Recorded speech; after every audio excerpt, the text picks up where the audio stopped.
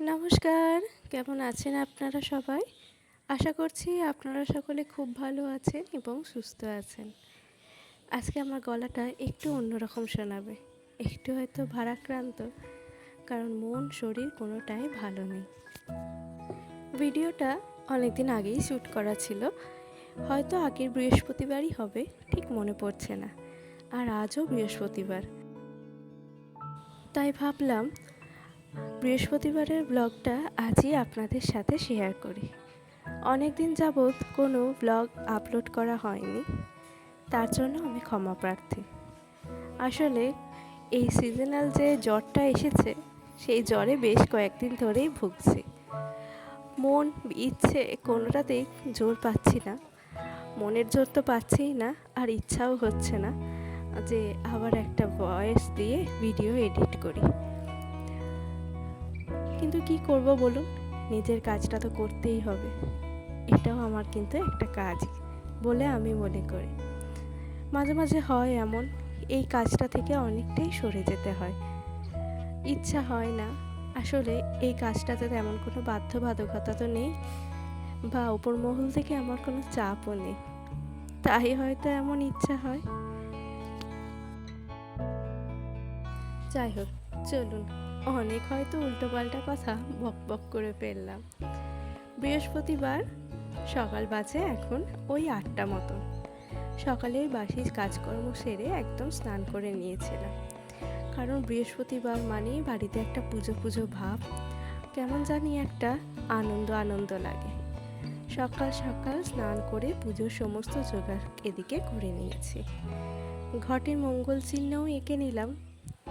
তবে হ্যাঁ, এই মঙ্গল চিহ্ন আঁকার কিন্তু একটা নিয়মও আছে, এটা আমি আগে জানতাম না, জেনেছি কিন্তু এই ইউটিউব থেকে। মঙ্গল চিহ্ন আঁকার জন্য হাতটা কিন্তু কখনোই বাইরের দিকে বের করলে হবে না।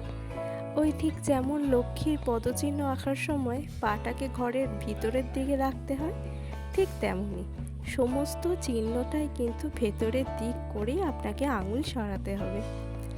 যাই হোক, আমিও জানতাম না, আমিও জেনেছি, তাই ভাবলাম আপনাদের সাথেও শেয়ার করে দিই।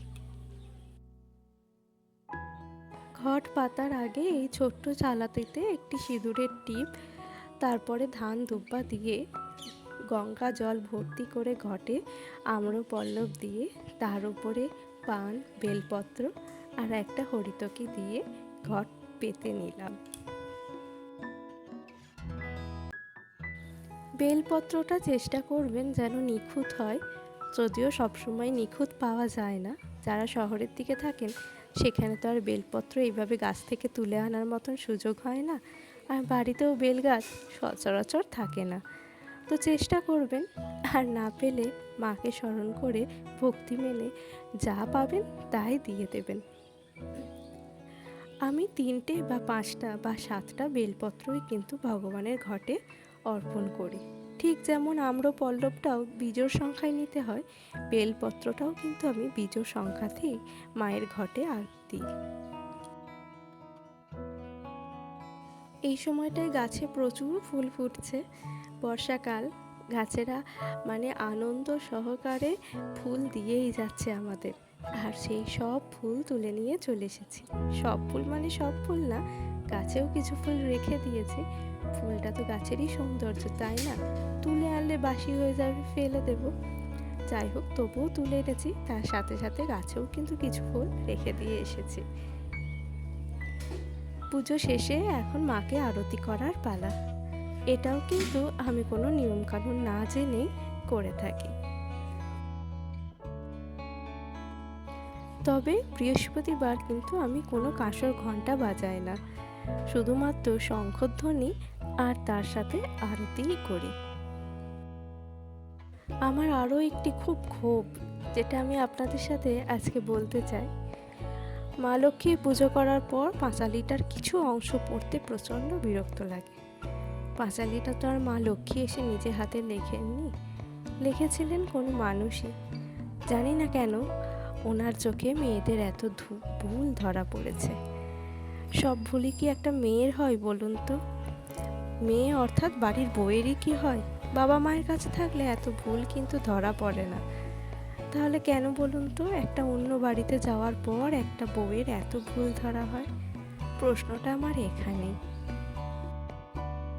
আশা করব আজকের ব্লগটা আপনাদের ভালো লেগেছে। ভালো লাগলে প্লিজ একটা লাইক করে দেবেন, সাবস্ক্রাইব করে আমার এই ছোট্ট পরিবারের পাশে থাকবেন।